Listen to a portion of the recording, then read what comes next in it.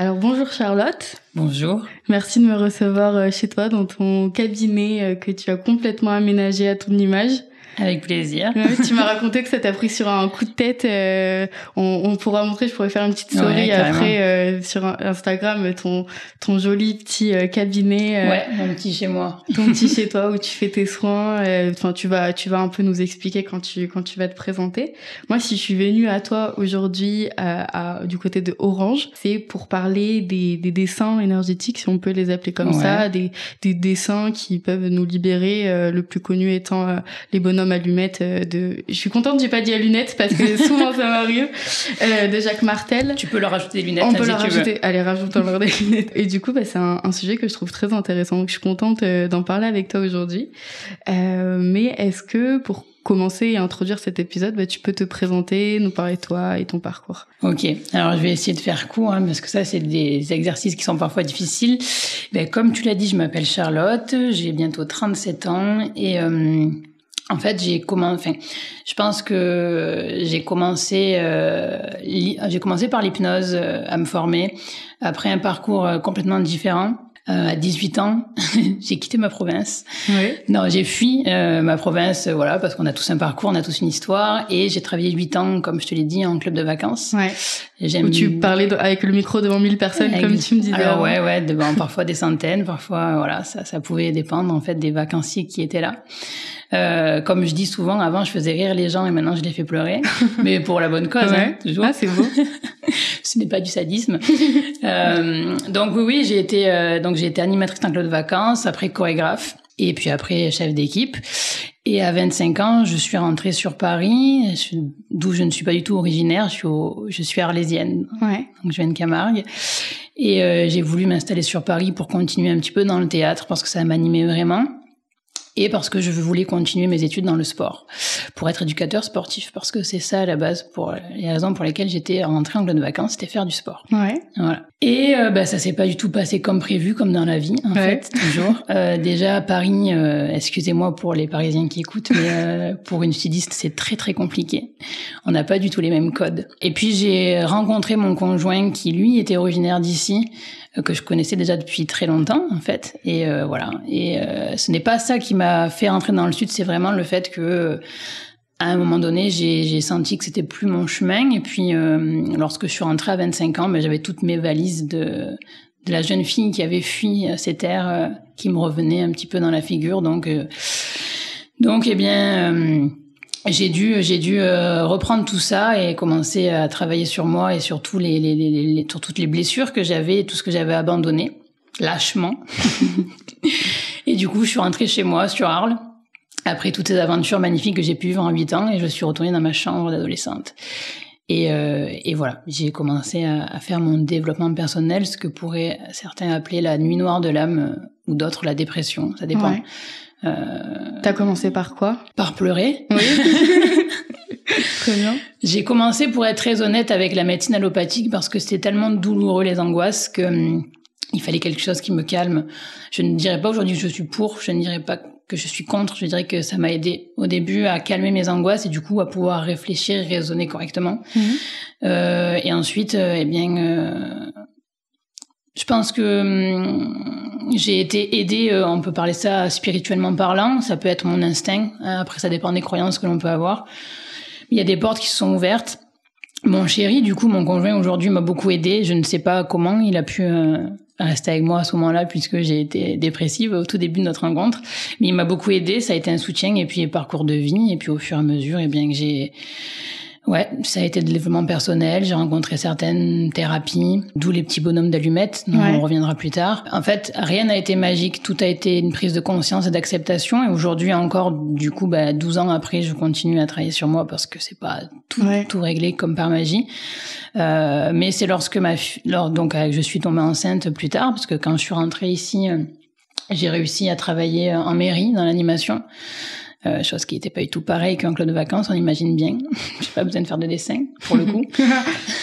Mais du coup, quand ma fille a eu 2 ans, j'ai eu une vision comme quoi je ne pouvais pas rester toute ma vie à être dépendante d'un système. Ouais.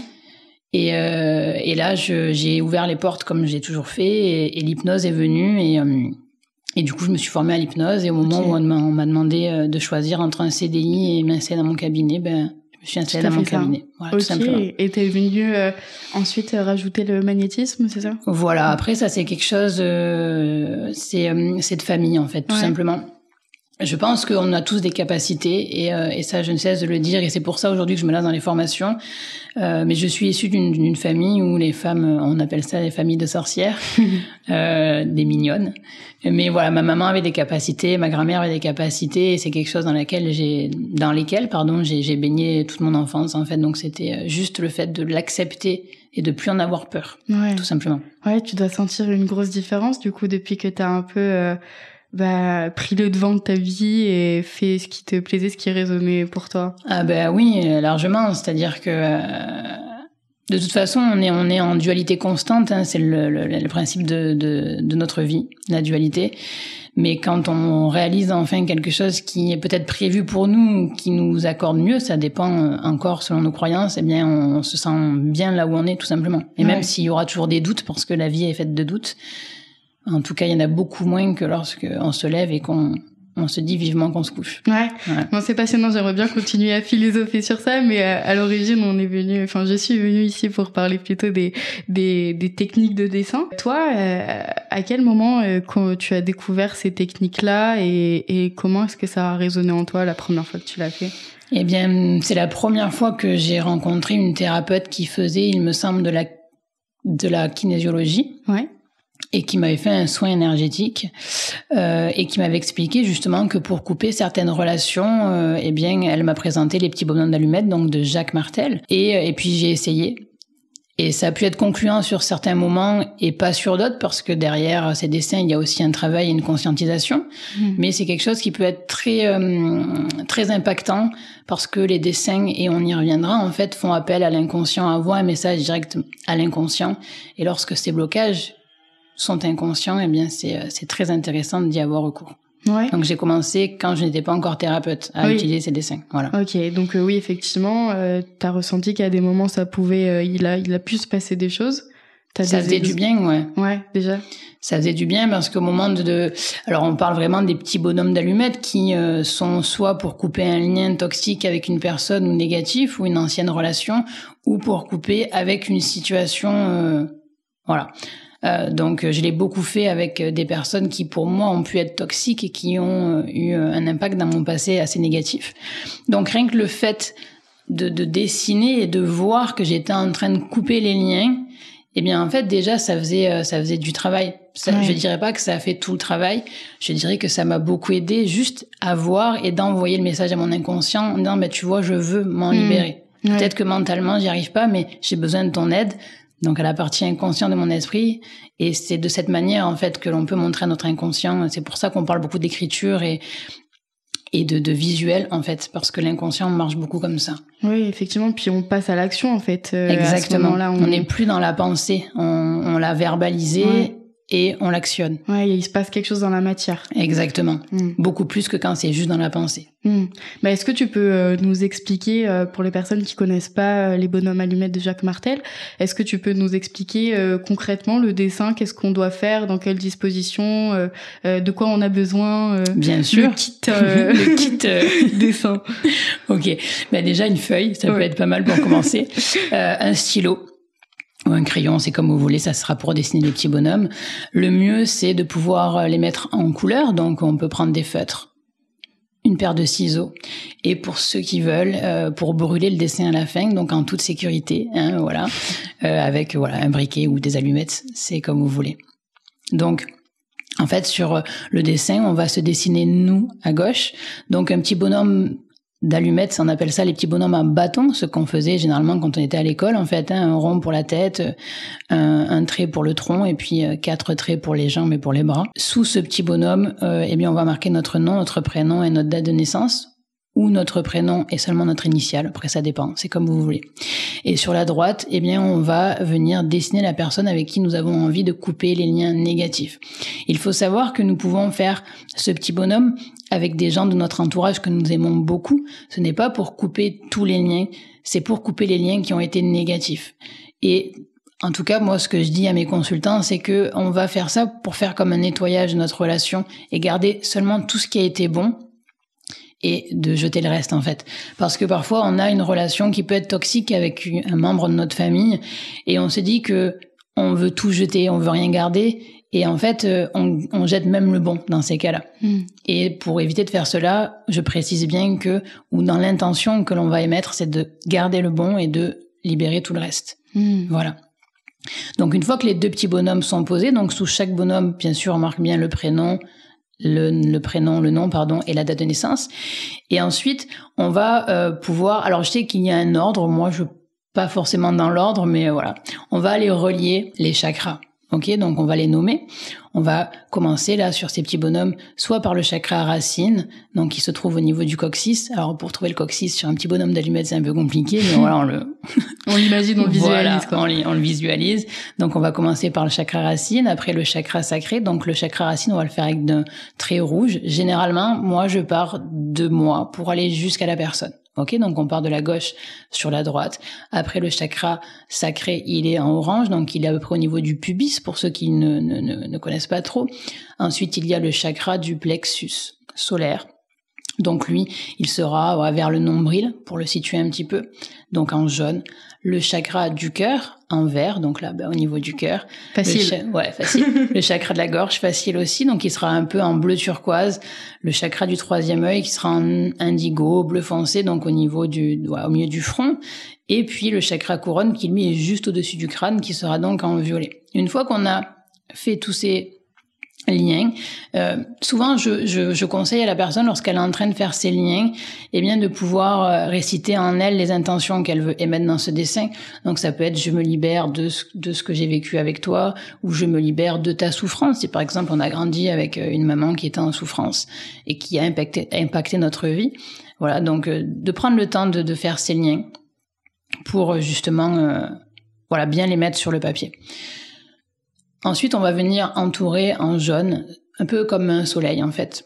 Ça, on peut le faire avant les liens, ça dépend. C'est vraiment chacun voit comme il a envie de faire. Moi, je préfère le faire après. Je ne sais même pas ce que Jacques Martel a conseillé du coup, mais dans ce que je ressens, je préfère le mettre après. Parce qu'une fois que j'ai établi les liens, je vais me mettre dans la lumière. Donc, on s'entoure vraiment en se souhaitant le meilleur. Voilà, l'intention, c'est vraiment l'abondance dans tout ce qui existe. Et puis, on va faire exactement la même chose pour la personne qui est sur notre droite, du coup, avec qui nous souhaitons couper les liens négatifs. Et même si c'est quelqu'un qui nous a vraiment beaucoup blessés, c'est pour ça qu'il faut être prêt ou prête à faire ce genre de dessin, parce que on est dans aussi une intention de pardon et d'acceptation. Donc, si on n'est pas prêt à souhaiter à la personne le meilleur qu'il soit, bien, on n'est peut-être pas prêt à faire ce dessin. Donc, on va aller vraiment l'entourer également d'une très belle lumière. Donc, généralement, je prends un jaune fluo, mais on peut le faire avec un feutre jaune, un grand soleil. Mais après, si la lumière, pour vous, elle est violette, ça peut être violette. Voilà, c'est chacun voit ce qu'il a envie. Et ensuite, on va entourer les 2 personnes. C'est-à-dire qu'on va entourer tout le dessin dans une belle bulle de lumière.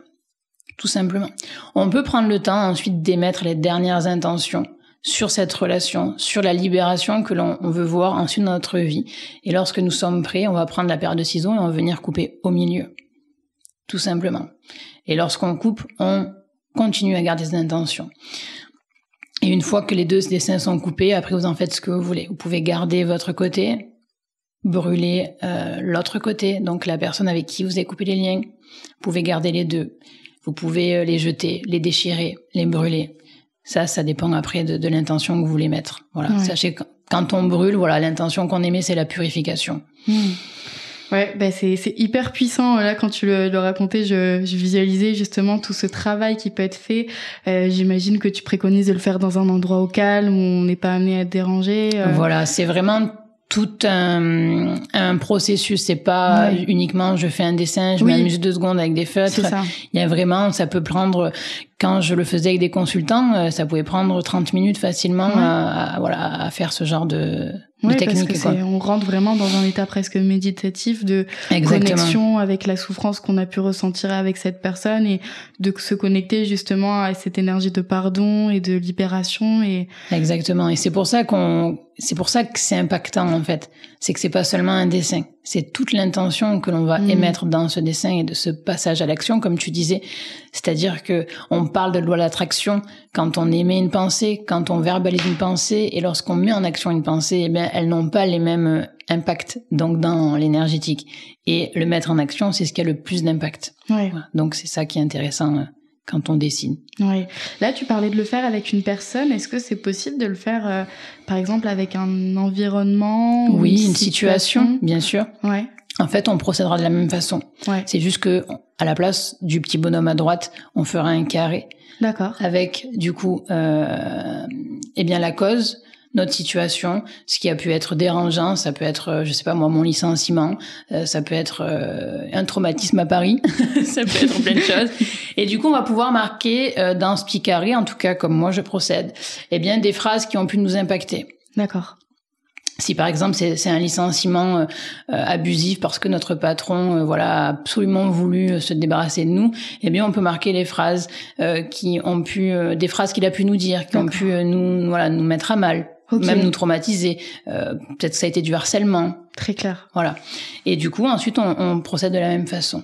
Okay. Avec les liens, avec le soleil, les soleils, et puis après, on coupe. Ouais, on applique la même chose. Du coup, pour l'autre, vu que là, il n'y a pas de prénom ou de nom à mettre, il y a quoi à mettre la cause, tout simplement. Cause, okay. Ça peut être une date, hein. Tu peux mettre, si tu as été licencié ce jour-là, la date du licenciement, si ça a été un accident, voilà, tu peux mettre la date tu mets la cause plus la date du moment, de l'événement. Ok, super intéressant. Sur ta page, j'ai vu plein d'autres exercices et dont plusieurs que je ne connaissais pas. Et mais c'est vraiment génial. Je t'avoue, j'ai pas pris le temps de le faire, j'aurais presque dû. Mais rien que de les voir, je ressentais la puissance que ça pouvait avoir. Donc il y en a sur le transgénérationnel, etc. Mais avant que tu nous parles de ces autres dessins qu'on peut faire et que tu nous les expliques, tu proposes également de se faire des lettres à soi-même, comme par exemple la lettre du contrat d'amour. Est-ce que tu peux nous dire quels peuvent être les bienfaits aussi de cette pratique pour les personnes qui sont peut-être moins dessin et qui sont peut-être plus écriture? Est-ce que tu peux nous parler des bienfaits des lettres? Bien sûr. Je travaille beaucoup avec les lettres dans mes accompagnements parce que, comme j'ai déjà dit, en fait, c'est un petit peu le message, c'est un petit peu la communication que nous allons pouvoir avoir avec notre partie inconsciente, l'écriture. En fait, lorsqu'on écrit, l'inconscient comprend ce qu'on demande. Tout simplement. On pose sur papier nos ressentis. Et du coup, on met un peu le mental de côté à ce moment-là. La lettre du contrat d'amour, pour être tout à fait honnête, elle ne vient pas de moi. Je crois que je l'ai vu passer il y a quelques mois et j'ai trouvé ça super génial. Et je me suis dit, je vais l'adapter. Et en fait, le seul but dans la lettre du contrat d'amour, c'est pas de se marier avec soi-même, on n'est pas dans l'égocentrisme, mais justement, c'est se jurer fidélité, se promettre de prendre soin de nous. Parce que c'est quelque chose qu'on ne fait pas.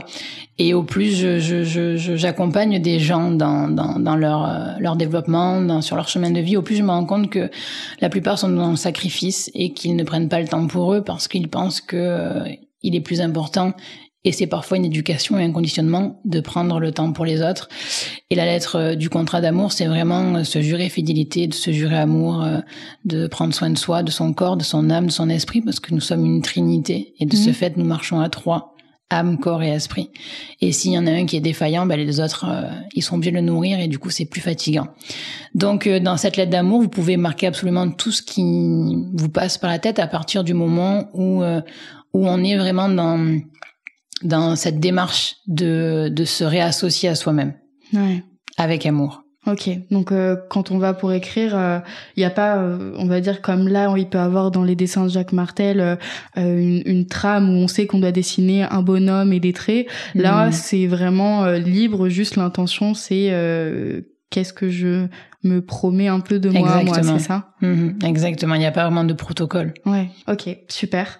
Pour revenir sur les dessins, parce que je les trouve vraiment trop chouettes, est-ce que tu peux nous parler du dessin soin transgénérationnel, donc qui consiste à soigner son arbre généalogique? Bien sûr. Eh bien, celui-là, il est sorti de mon imagination suite à l'accompagnement que je fais avec notre programme sur les mémoires transgénérationnelles, justement. Et du coup, lors de nos accompagnements, généralement, il y a des choses qui qui sort de notre esprit pour accompagner les personnes qui sont avec nous. Et ce soin-là, il est sorti comme ça.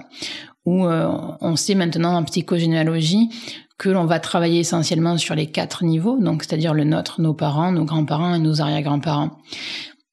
Et c'est un petit peu la même idée de justement les mettre en lumière et d'aller mettre en lumière toutes les personnes qui sont acteurs en fait de notre vie à nous, qu'on le veuille ou non. On est des descendants de personnes qui ont pu connaître des tragédies, des traumatismes, des accidents et des choses encore bien plus graves et bien plus dégueulasses, si je peux me permettre. Oui, complètement. Et tout cela, en fait, a un impact sur notre vie actuelle. Et prendre le temps d'honorer nos ancêtres. Et encore une fois, je vais le répéter peut-être souvent, il n'y a rien de magique. Vraiment, je ne suis pas la thérapeute ou celle qui va vous accompagner en vous promettant un soin universel magique. Non. Pour moi, c'est de la conscientisation et c'est de l'acceptation. Et lorsqu'on travaille sur nos mémoires transgénérationnelles, en fait, la base et ce qui finira aussi le travail, c'est l'hommage à nos ancêtres. Donc ce dessin, il est là pour rendre hommage et prendre le temps d'honorer chaque membre de notre famille. Et souvent, on me demande en privé, est-ce que je suis obligée de marquer tonton qui m'a fait machin? Et en fait, oui, parce que c'est surtout peut-être tonton qui a mis une ambiance pourrie dans le karma familial. Ouais. Et de faire un moment, encore une fois, où tu es capable de le noter dans tonton Marcel, parce que c'est là qu'il y a une mémoire peut-être pourrie. Ouais. Et peut-être que lui, au-dessus de lui, il y a des choses ouais. Voilà. Donc, j'ai préconisé dans ce soin, en tout cas dans ce dessin, de marquer les noms de famille. On me demande souvent, est-ce que je peux le faire même si j'ai pas les noms de famille? Oui, en fait, le but, c'est de l'intention. Donc, même si on n'a pas les noms de famille, même s'il manque des membres, eh bien on le fait quand même parce que quoi qu'il arrive, c'est toujours mieux que de rien faire. Oui, puis on a l'intention que ce soit telle personne qui soit à tel endroit. Exactement. Et ça peut être sympa aussi quand on remet certaines personnes à leur place. Ouais. C'est-à-dire qu'il y a pu y avoir dans certaines familles des personnes qui ont été déshéritées, des personnes qui ont tourné les talons, qui ont tourné leur dos à leurs parents et du coup on n'a plus jamais entendu parler. Bien on va aller le remettre sur l'arbre parce qu'il a sa place et que laisser quelque chose de vide, eh bien c'est pas juste, ouais. C'est pas juste et chez les générations suivantes, en fait, ça crée ce qu'on peut appeler des fantômes, ouais. Parce qu'il y a des secrets, parce qu'il y a des non-dits. Alors pas des fantômes qui viennent hanter les maisons, hein, c'est pas ça, mais c'est dans le côté, voilà, des mémoires transgénérationnelles. Et les fantômes, voilà, c'est des choses qui hantent les générations suivantes sans même que l'on sache, en fait, ce qui a pu se passer. Donc c'est important de venir remettre chaque membre à sa place. Oui, parce que dans le transgénérationnel, comme tu l'as dit, il y a des choses qu'on porte nous et qui datent d'il y a 2, 3, parfois plusieurs générations. Oui, bien sûr. Ça peut même aller au-delà des 4 niveaux. Hein. Parfois, on peut aller bien plus loin. Mais déjà, quand on travaille sur ceux qui en fait, ont pu impacter inconsciemment, évidemment, notre arbre, on se libère de beaucoup de choses. Après, c'est un travail. Lorsqu'on fait ce travail, on va pouvoir... Il y a des choses qui sont conscientes. On se dit, oui, ça, on se le transmet de génération, de mère en fille. Oui, on l'a tout vécu. Ça, ma mère était comme ça. Voilà. Ouais. Et en plus, on le dit. Ouais. Et au plus on le dit, au plus ça s'avère être vrai. Et parfois, on est dans le flou total. On comprend pas. On sait pas. Pourquoi on vit ça dans notre vie. Il n'y a aucune explication. Moi, dans ma vie, tout va bien. Pourquoi j'ai ce blocage? Et parfois, c'est super intéressant d'aller chercher de ce côté-là. Ouais. Donc, du coup, le dessin, comment il se matérialise? Qu'est-ce qu'on doit faire? Eh bien, en fait... Alors, du coup, je suis partie sur le même délire des petits bonhommes bâtons. Du coup, ça me plaisait bien. Donc, on va se dessiner nous. Donc, un petit bonhomme bâton. Ensuite, on va dessiner nos parents, juste au-dessus, comme un arbre généalogique, en fait. Ensuite, on va dessiner les parents de nos parents, donc nos grands-parents. On va dessiner les 7 couples, en fait, qui unissent notre arbre. Et du coup, nos arrière-grands-parents. OK? Donc, encore au-dessus. Tout simplement.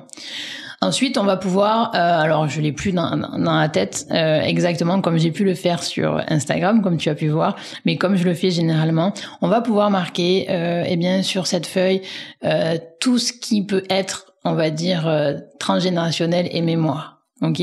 Par exemple, pauvreté, maladie, accident, obésité.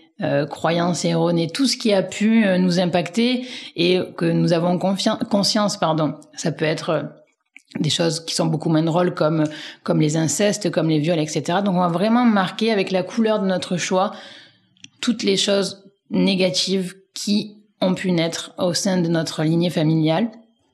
Ok. Et puis ensuite, on va venir entourer chaque personne en prenant encore le temps de rendre hommage à chacune de ces personnes.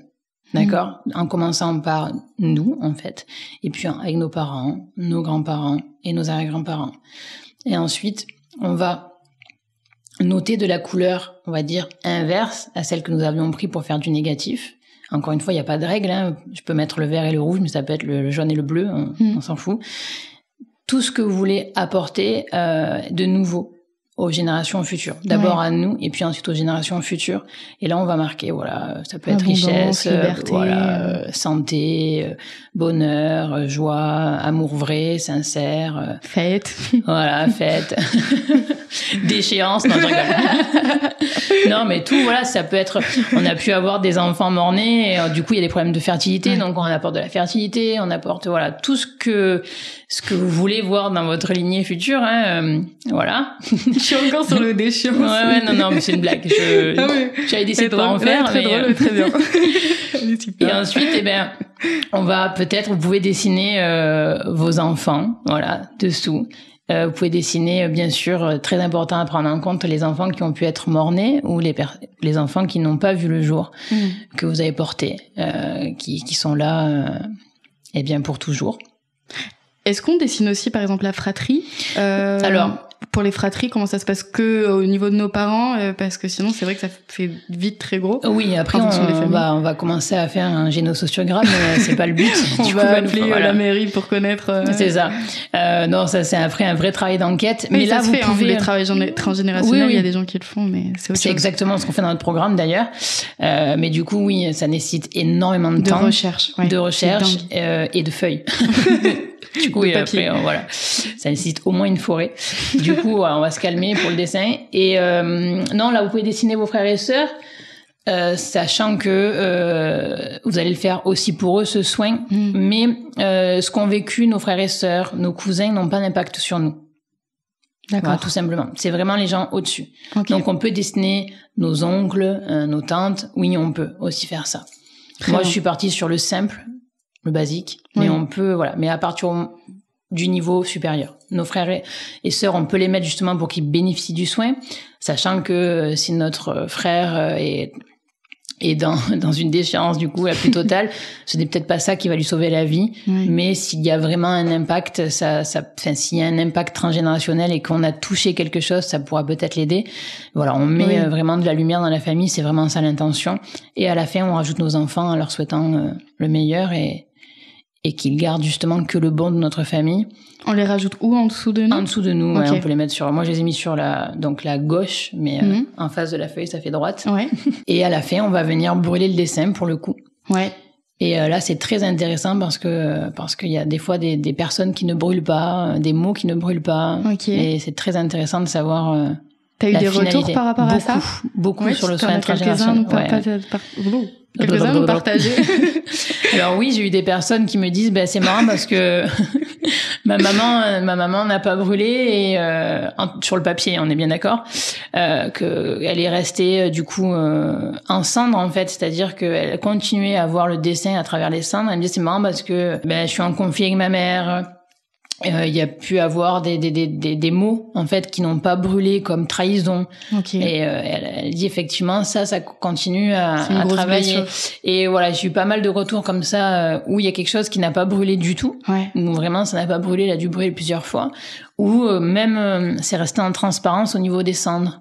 Donc pas incroyable. Tout, mais ouais. J'ai eu beaucoup de retours sur le transgénérationnel. Donc ça permet aussi du coup de peut-être venir pointer des messages un peu de notre inconscient. Exactement. Ou du subtil. Exactement. Ça c'est chacun ses croyances, mais en tout cas il y a bien un message. En tout cas pour moi, derrière cette finalité. Du coup, une personne qui aurait fait cette démarche et qui aurait brûlé la feuille et que, comme tu viens de le dire, par exemple, il y a des mots qui n'ont pas brûlé, à ce moment-là, on va faire quoi? On va venir brûler en se concentrant, par exemple, trahison, en mode je veux cramer cette trahison ou, Alors, elle peut, mais moi, je lui conseille toujours de travailler de ce côté-là et là, pour le coup, d'aller un peu plus loin que le dessin parce que s'il y a un vrai blocage... le dessin ne peut pas tout faire en tout cas. Et ça lui a permis de conscientiser, donc c'est super bien. Ça lui a permis peut-être de lever les voiles sur quelque chose qu'elle n'avait plus conscience ou qu'elle avait tellement enfoui par déni que c'était plus là, quoi, et que maintenant elle sait, en tout cas si ça lui parle, et du coup d'aller chercher de ce côté-là, que ce soit avec un thérapeute, que ce soit dans des séances de yoga, de méditation. Oui, de moments pour elle. Voilà. Ok, donc là, donc on brûle la feuille, et s'il reste des choses, on le prend pour information pour la suite. Oui, on peut. Après, chacun verra ce qu'il doit voir de toute façon. Oui, après, je suppose qu'il faut aussi faire conscience à notre ressenti. Bien sûr. On ressent que pour nous c'est important de le brûler, d'aller jusqu'au bout, le faire, et si pour nous c'est ok, c'est ok. Alors je pars du principe que tout n'est qu'intention. Donc oui, si on se dit ça a pas brûlé, je veux que ça brûle, allons-y quoi. On y va, on brûle. Mais si on dit je vais le garder parce que si c'est sorti, c'est que j'ai besoin de le garder, peut-être que je vais avoir besoin de le regarder plusieurs fois avant de passer à l'action. Vraiment chacun, là il y a pas de vérité quoi. Voilà, exactement. Il y a pas de vérité. Ouais, mais par contre, tu préconises quand même de brûler à la fin. En revanche, pas de garder le dessin. Là oui. Parce qu'on purifie. Ouais. Et quand on purifie, on met cette intention on part avec l'intention de purifier, de nettoyer toute la lignée et de lui rendre hommage. Ok. D'accord. Il y a un autre exercice que je trouvais intéressant. C'était le dessin de transformation. Oui. Parce que il s'agit de libération de certains liens qu'on peut avoir avec des choses. Par exemple, je crois que tu avais pris le tabac, toi, dans ton exemple. Est-ce que tu peux nous expliquer ce dessin, en quoi il consiste? Oui, alors c'est quelque chose que je fais beaucoup dans mes séances d'hypnose. Ça s'appelle une transformation hypnotique à la base. Et c'est un protocole, une technique que nous utilisons lorsque nous mettons un sujet dans un état d'hypnose pour le libérer d'une addiction ou d'un comportement erroné. Okay. Nous entendons comportement erroné quand c'est un comportement qui nuit à la personne. D'accord. Okay, donc autodestruction. Voilà. Ça peut être tout. Ça peut être l'addiction au sucre, au tabac, mais ça peut être une mauvaise habitude. En fait, voilà, c'est propre à chacun. Et de ce fait, en fait, j'ai juste mis cette technique sur papier en présentant encore, on va dire le comportement erroné sur la gauche, le comportement idéal sur la droite. Et donc sur la gauche, on va vraiment garder tout ce qui est... on va analyser en fait tout ce que ce comportement erroné peut nous apporter de négatif dans notre vie, tout simplement. Alors généralement, je fais un petit bonhomme qui tire la gueule. Voilà, comme ça on voit qu'on n'est pas dans le meilleur des moods. Voilà, j'utilise des couleurs qui sont pour moi en tout cas pas dans la meilleure des lumières. Et je vais venir, un petit peu gribouiller à certains endroits sur ce que je peux ressentir. Par exemple, si c'est la cigarette, je vais mettre du gribouillage sur les poumons, dans ma gorge, enfin tout ce qui peut avoir un impact physique aussi. Et puis ensuite, sur la droite, je vais me dessiner mon comportement idéal. Donc, je suis libérée de la cigarette. Et qu'est-ce que ça va apporter de nouveau dans ma vie ? Et voilà, là, je peux mettre des fleurs sur mes poumons, par exemple. Je peux mettre un cœur sur ma gorge. Et puis je vais aussi écrire des mots qui sont essentiels donc par exemple, liberté. Ça peut être richesse parce que, y a des gens qui fument et qui n'ont pas les moyens. Ouais. Ça peut être plein de choses, fierté. Voilà. Et ensuite, je vais couper comme dans les petits bonhommes d'allumettes au milieu. Et là, je vais brûler l'ancien comportement. Donc le comportement erroné. Et le comportement idéal, je vais l'encadrer. Non, je rigole. Mais je vais le mettre dans un endroit pendant au moins minimum 21 jours pour vraiment le regarder tous les jours et me dire, voilà, c'est ça que je veux. C'est ça que je suis. Et mettre les mots, je suppose, au présent. Oui, toujours. Pour les comportements. Toujours au présent, parce que de toute façon, le passé et le futur n'existent pas. Ouais. Ok, et donc dans le côté comportement négatif, donc ça peut être, tu as dit, tout le physique et aussi l'émotionnel que ça peut faire ressentir. Par exemple, la culpabilité qu'on peut ressentir après avoir fait, je sais pas, une crise de boulimie ou des choses comme ça. Et ce que ça nous ramène en fait. Ouais. C'est-à-dire que oui, ça peut nous apporter des maux physiques, mais oui, comme tu dis, ça peut nous apporter de la culpabilité, de la honte, se sentir... mais employer les mots qui pour vous parlent. Ouais. Certains, ça sera je suis un moins que rien. Ouais. Voilà, c'est ce que ça le fait ressentir. Exactement. Okay. Et du coup, ensuite de l'autre côté, donc sur la droite, on va marquer le contraire de je suis un moins que rien. Ouais. Je suis la personne la plus exceptionnelle au monde. Incroyable. Incroyablement vrai. OK. Ouais. OK, très clair. Ensuite, il y a un autre dessin. J'essaye de regarder pour choisir parce qu'on va pas tous les faire. Après, j'invite les gens à aller sur ton compte Instagram où il y a plein de ressources. Venez. Ce serait, on va dire, le dessin sur l'enfant intérieur. J'ai fait d'ailleurs un épisode sur l'enfant intérieur, donc je trouve que c'est intéressant d'apporter une dimension supérieure sur cette notion d'enfant intérieur qui, je trouve, hyper intéressante et pertinente. Donc, est-ce que tu peux nous expliquer un peu ce dessin d'enfant intérieur, en quoi il consiste Alors, il me semble que l'enfant intérieur, c'est lié avec le prénom et c'est pour retrouver son identité. C'est ce que nous avons fait, du coup, suite toujours à l'accompagnement dans le transgénérationnel. Et en fait, comment retrouver son identité si on a perdu notre enfant intérieur?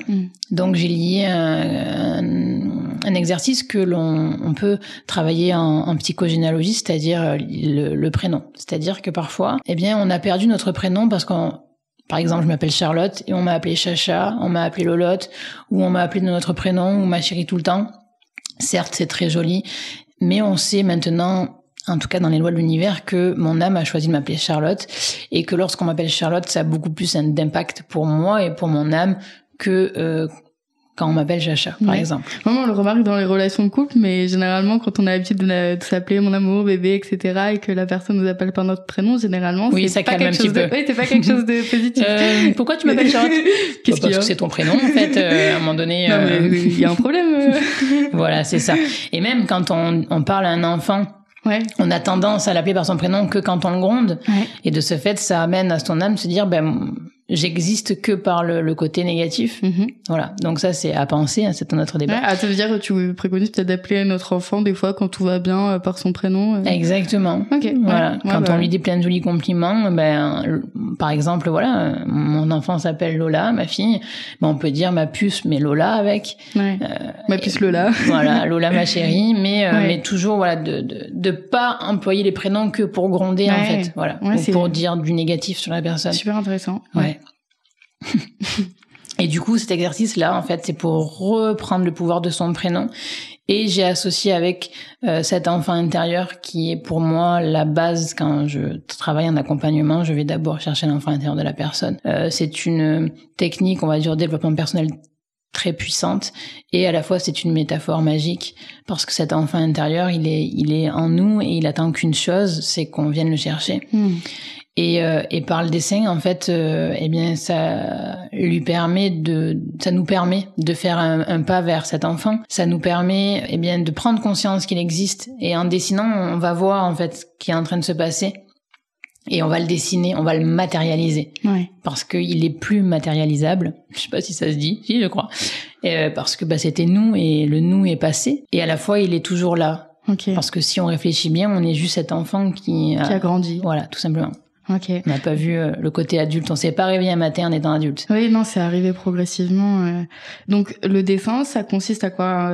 Donc, se dessiner en tant qu'enfant? Oui, c'est de se dessiner nous, et puis dessiner notre enfant. À l'âge qu'on souhaite.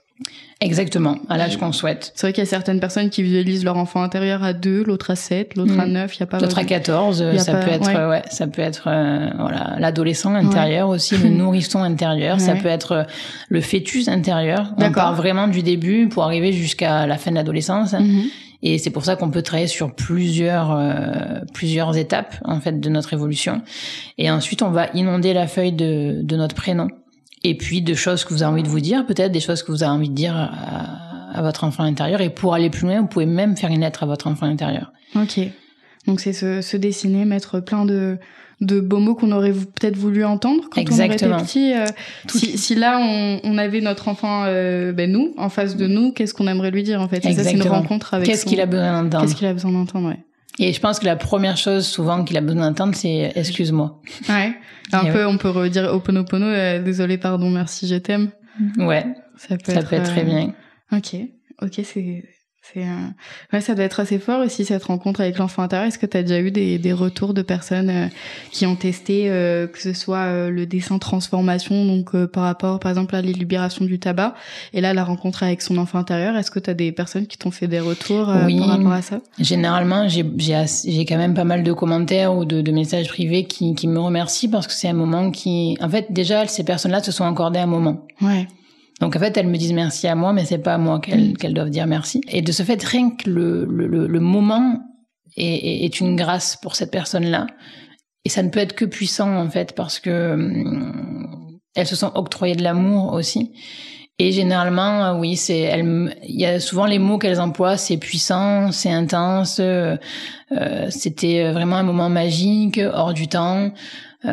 J'ai senti un changement. Généralement, il y a des personnes qui m'ont dit, après, elles ont eu l'impression de mieux respirer, de plus avoir quelque chose de bloqué. Des personnes qui ont pleuré. Ouais.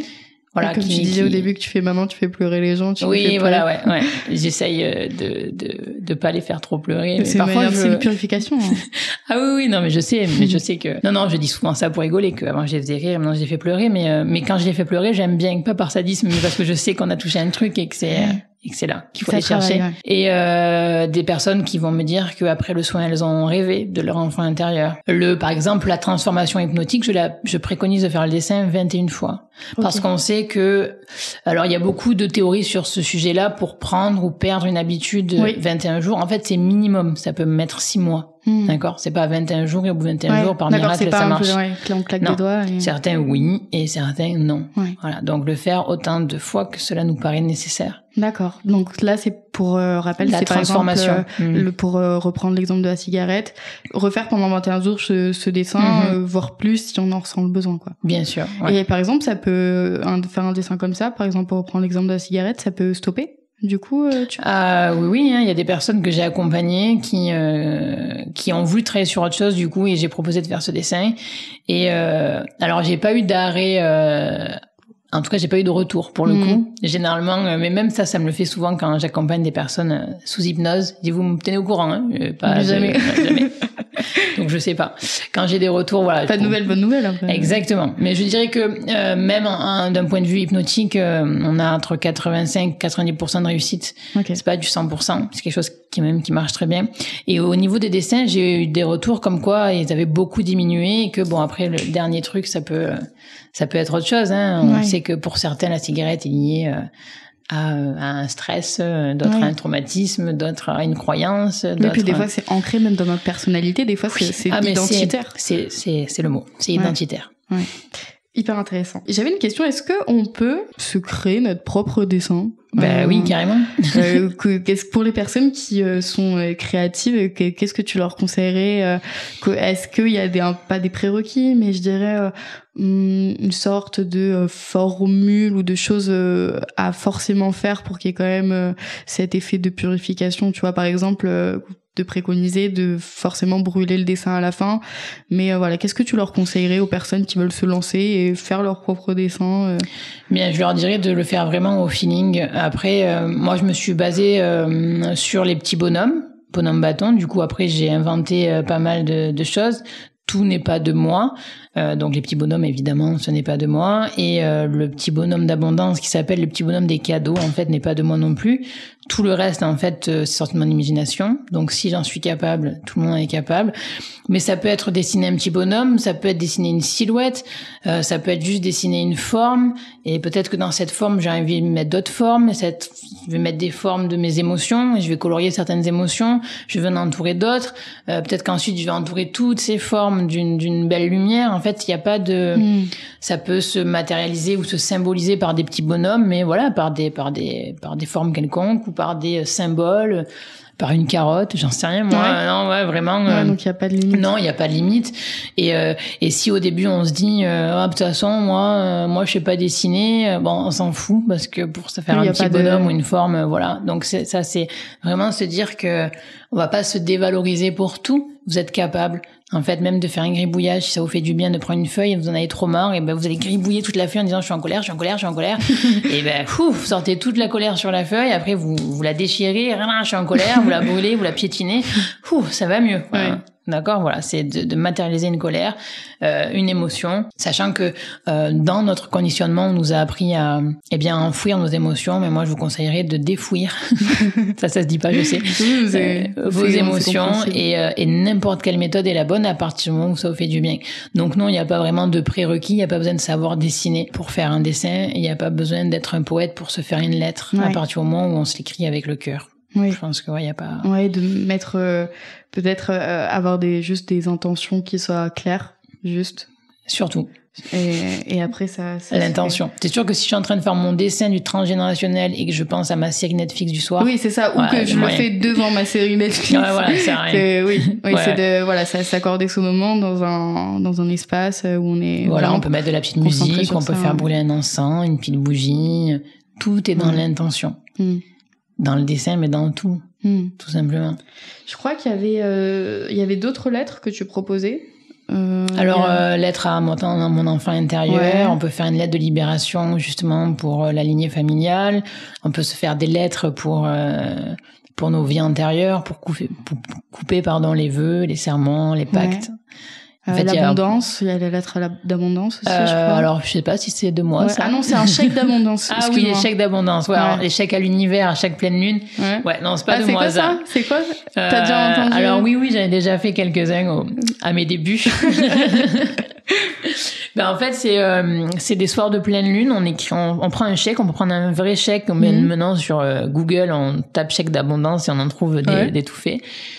Et on va juste marquer dessus, il me semble, j'attire l'abondance en ce jour, on marque la date, on signe. On met un montant ou... Abondance. Ah ok, donc c'est illimité quoi. Ouais, c'est illimité, voilà. Et ensuite, voilà, on le laisse on peut le mettre dans notre portefeuille. Ok.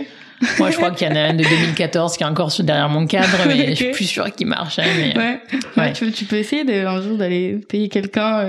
J'ai un chèque d'abondance. J'ai un chèque d'abondance. Vous prenez. C'est limité, je te jure. Bon karma. Je suis sûre que ça peut marcher. Si tout le monde croit que ça marche, en fait, tout le monde va pouvoir s'acheter des trucs de fou avec ce chèque qui ne vaut absolument rien. C'est très bien. Bah oui, peut-être ça le nouveau monde. Il y a un nouveau, c'est ça. Il y a un nouveau concept.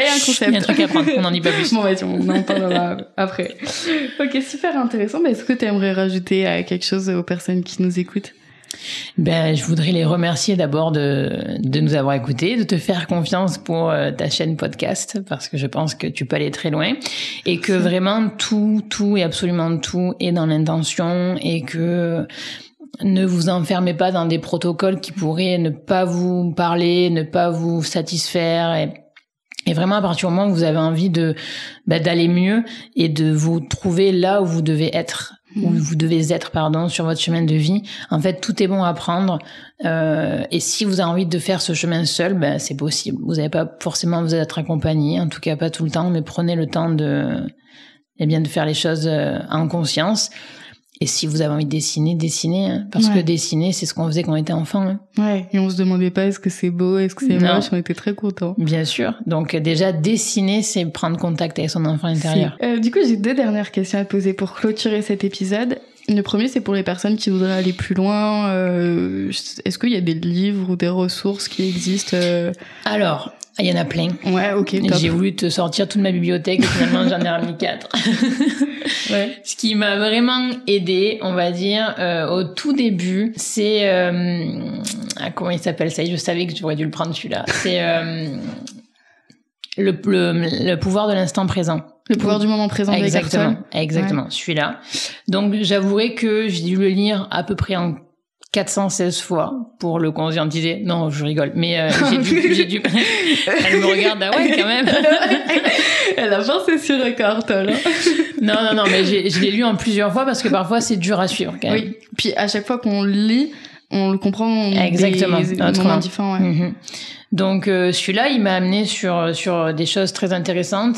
Il y en a un que j'ai beaucoup aimé aussi, qui s'appelle Conversation avec Dieu. Oui. Donc c'est pas un livre, c'est pas la Bible. Hein. C'est vraiment quelqu'un qui a pu canaliser, apparemment, hein, d'après ce que j'ai pu comprendre, peut-être que j'ai rien compris, hein, mais une conversation avec, en tout cas, la source, la divinité, l'univers, c'est comme vous voulez l'appeler, et qui va expliquer tout au long du livre pourquoi. Ouais. Ah, j'adore. Et donc, la personne se pose des questions et il va l'amener à avoir les bonnes réponses. En tout cas, ses réponses. Ouais. à elle, à la personne. Et ça, c'est très intéressant parce que c'est uniquement ça la vérité. C'est tes réponses à toi et pas les réponses de ton voisin ou de ta voisine. Et ensuite, quand on veut aller dans le côté énergétique, j'aime bien les livres sur la psychogénéalogie. Donc, Aïe mes aïeux, de Anne Ancelin Schutzenberg. Je ne sais pas le dire. Waouh, si. Ah, tu l'as super bien dit, on dirait. Après, ouais. j'ai pas le nom sous les yeux, mais a priori, ça vient sonner. J'ai presque l'habitude de le dire, mais à chaque fois, c'est compliqué. Donc, ouais, tout ce qui est sur la psychogénéalogie, c'est très intéressant parce que ça vous apprend énormément de choses sur vous, sur votre lignée et en fait finalement ça rejoint l'enfant intérieur et ça rejoint le karmique dans le côté finalement on s'est incarné dans une famille terrestre pour vivre ce que nous avions à vivre, pour avoir ou pour ne pas avoir certaines choses. Donc tout est lié. Et forcément c'est notre enfant qui est devenu notre enfant intérieur qui a été le premier acteur de tout cela. Donc voilà, j'ai pas vraiment il y a plein de livres qui existent. Oui, non, c'est sûr. Ouais, donc j'ai pas vraiment ce que je viens de vous dire, c'est des choses qui au tout début, on va dire m'ont aidé. Il y a aussi Isabelle Serf que j'aime beaucoup. Qui a fait qui écrit des livres aussi. très sympas, des oracles très sympas et qui pour moi est arrivée dans le juste. Aujourd'hui, elle ne vend plus la spiritualité comme quelque chose de libérateur, mais plutôt de transmuter une faiblesse ou une blessure en quelque chose de beau. Et c'est ce que nous sommes. C'est-à-dire que si j'ai un conseil à donner, arrêtez de courir derrière quelque chose qui va vous libérer magiquement. Ça ne marche pas en fait. Ou alors c'est une croyance. C'est des faux prophètes. Voilà. Et pour moi, c'est ça. Et j'y ai cru. Moi aussi, j'ai cru qu'avec un soin, tout serait réglé. Un soin, c'est très intéressant parce que ça nettoie, ça va dans l'énergétique, ça met en lumière certaines choses. Mais quand il y a des vrais blocages, c'est à nous de faire ce chemin. Et finalement, pas croire, mais aller dans des soins qui nous pensons vont être magiques, c'est donner notre pouvoir à quelqu'un d'autre alors que notre pouvoir, il est en nous et nous sommes les seuls à pouvoir finalement transmuter.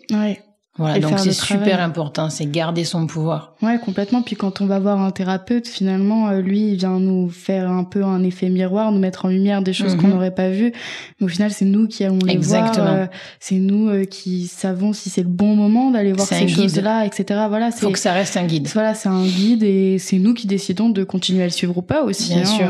Et d'aller à notre rythme. Mais ouais, c'est important ce que tu soulignes et merci de le rappeler. J'ai une dernière question pour clôturer cet épisode.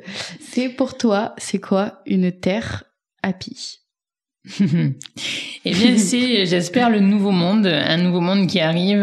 Ça serait, pour moi, ça serait vraiment être libre déjà. Donc, une vraie liberté. Pas celle qu'on connaît aujourd'hui. Et là, je ne rentrerai pas dans un autre débat. Oui. Voilà.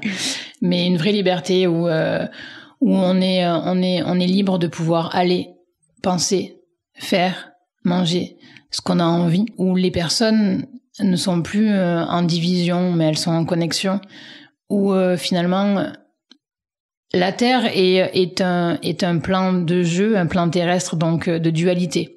Donc je pars du principe que le bien et le mal, en fait, seront toujours là, mais qu'ils peuvent cohabiter et ne plus se déchirer, parce que et on le connaît avec le yin et le yang, mais dans tout ce qui est bien, il y a un tout petit peu de mal, et dans tout ce qui est mal, il y a un tout petit peu de bien. Et si on arrive finalement à chercher le bien à chaque fois, eh bien, les humains de demain pourraient être justement sur cette terre happy, comme tu dis. Super joli. Donc on est en train de planter les graines qui sûrement donneront de très belles fleurs plus tard. Très belles fleurs, ouais. Et arroser vos plants. Exactement. Plantes, ouais. Vos plantes en vous nourrissant de bonnes énergies et de lumière. Et la première plante à arroser, c'est vous. C'est vous, ouais, complètement.